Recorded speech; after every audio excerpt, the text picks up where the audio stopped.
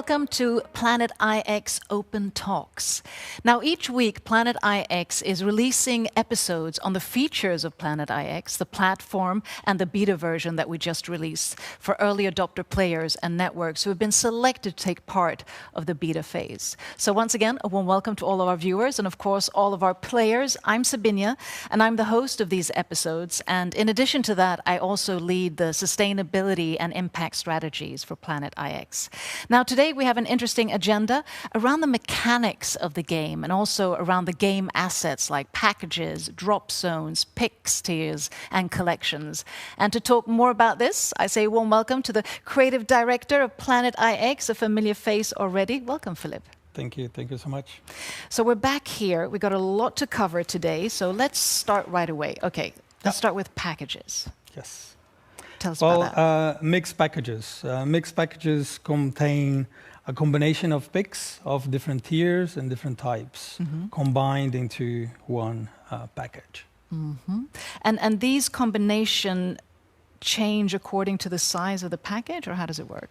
It's a good question. No, the combination of tiers or types of picks, they vary according to the geographic location that the drop zone is dropping the packages. But the amount of picks is basically, or the combination of it is basically size. So a big or a small or a medium, that doesn't vary the percentage of how special a tier is versus another one. So what's the advantage of buying a small or sort of a large package? Well, it could be a strategy, or it even could be a budget decision.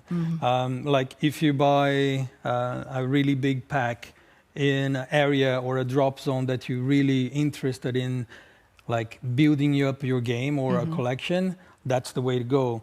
And also, like maybe it's not a drop zone or a region or an area that you're really keen on being heavy invested. So you can just buy one small pack just to hold on another player's game. But also like the extra large packs, they are not a cheap asset. They are actually quite, they contain a lot, like hundreds of thousands of picks. So it could also be a budget decision in terms of going for a pack that is small versus a pack that is extra large. And now we're sort of in the beta phase, so we're not in the full launch yet. Yeah. So are players able to buy different sizes of packages in the beta phase? Yeah, for the beta, we're limiting to start with one sort of pack, which is the beta mixed pack. But we're looking into maybe at the end of the beta, we have another version. But maybe one tops two during beta. Okay, and is there a specific strategy, or is that just sort of technically why it's it's a technical reason, because, well, we've tested hundreds of times, believe me. But like when you buy a pack, the collection of picks is randomly generated within that drop zone or the map. And imagine thousands of players doing that, buying thousands of packs. And the system needs to generate the entire thing at the same time. So in order just to be safe, we are limiting the number of packs into one or two. But that's a good thing with the beta phase, that this is really where we can, trial and error, and also together with the players find what is the best solutions. So that's the packages. Let's go on to the next phase, which I know is drop zones. That has been mentioned a few times. So tell us a bit about the strategy with that. Yeah, well, like for us, it was very clear since the beginning that we needed to define a drop zone or narrow down a little bit.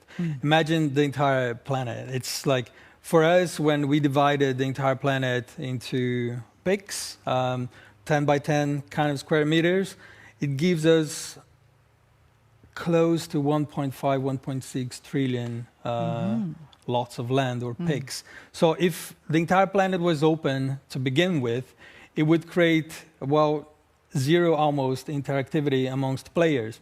So the idea of narrowing it down is to actually make a game. And I believe that the drop zone idea connected to the tiering of the picks is what makes us like special and stand out in comparison to any other game trading platform or NFT platform out there. We're going to talk about NFTs too. Okay, but then I, you know, it's a clever design there. I mean, it can't be easy to put all these components together, but really a clever way. But tell us, just to sort of elaborate a bit more for the viewers, how the drop zones actually work, because there's going to be, of course, during the beta phase. Yes. So right now, every Monday, there's a drop zone happening, and the packaging, the pack drops, as we call it. So for a week, we define one drop zone, which is a region or an area within the world, where it's big enough to have like a big collection of pics, but not too big that would be like, you know, not really interactive. So every week there's a drop zone.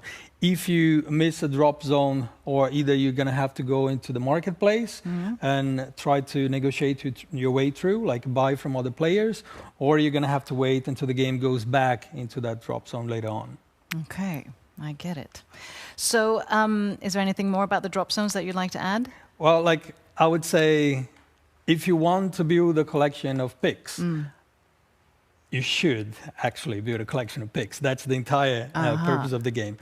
If you want to do that, you have, I would just say, not to miss any drop zone. Just be there every time. Yeah, so whether you think this drop zone is interesting or not, it's always good to sort of be there. And there can be another buyer wanting your zone. Exactly. It depends on how much you want to be in that zone. But still, like, just think that even if you don't do a big investment of buying a really huge amount of packs, if you just have one amount of pack there, like, or one small pack, other players in the future will like, I need that. And then it's your way to shine on marketplace. A lot of strategies. And I know you mentioned, and we mentioned in previous episode, this different tiers. Yes. So talk a little bit about the different tiers. Yeah. Oh, that was like, I think, one of the biggest and heaviest works that we did, mapping out the entire planet. But think of like a capital city center piece of land. It's kind of easy to assume that that is worth much more than a countryside piece of land. So that's why we like had to, who would be then interested in buying a countryside piece of land? That was how and the reason why we decided to map out all the tiers. But still, I mean, the capital city center picks is still worth more, or how's the logic work? Yeah, of course, like it is worth more, but also the lower tier pixes are found in way bigger quantities in the game. And of a game that is built around building your collection, making sure that you have more and more collected or clustered together, it sets a value to those tiers as well. And I know, looking at sort of clusters, we go on to the next thing, which is federation. Yes. So what's that?